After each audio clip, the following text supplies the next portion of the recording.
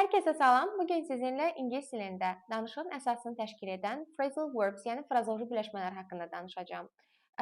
Daha native speaker kimi səslənmək istəyirsinizsə, danışığınızda kifayət qədər frazoloji birləşmə bazanızın olması mütləqdir. Bugün mən onlardan 5-i haqqında sizinlə danışacağam. The first one is figure out. Figure out Azərbaycan dilinə nəyisə anlamaq, həll yolunu tapmaq kimi tərcümə olunur.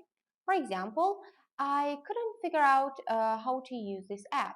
Bu cümlədə I couldn't figure out, yəni mən bu application'ın necə çalışdığını başa düşmədim, anlamadım kimi tərcümə olunur. Number 2, come across. Come across someone or something, kiminləsə və yaxud da nə iləsə təsadüfən rastlaşmaq, qarşısına çıxmaq. For example, I came across my old school photos while cleaning my room. Otağımı təmizləyərkən köhnə məktəb şəkillərim qarşıma çıxdı. Number 3, get around to doing something.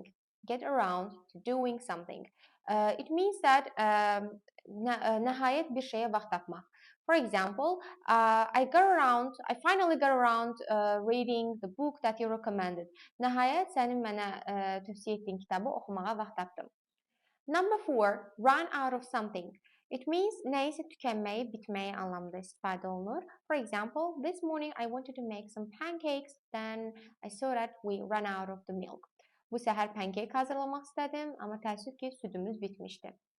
Number 5 is slack off. Slack off Azərbaycan dilinə bir işi boşlamaq, tənbəllik etmək, bir işin başını buraxmaq anlamına gəlir. For example, don't slack off now, we are almost done with the project. İşin başını buraxma və ya da tənbəllik etmə, demək olar ki, biz proyekti bitirmək üzrəyik. Thank you so much. Bye bye.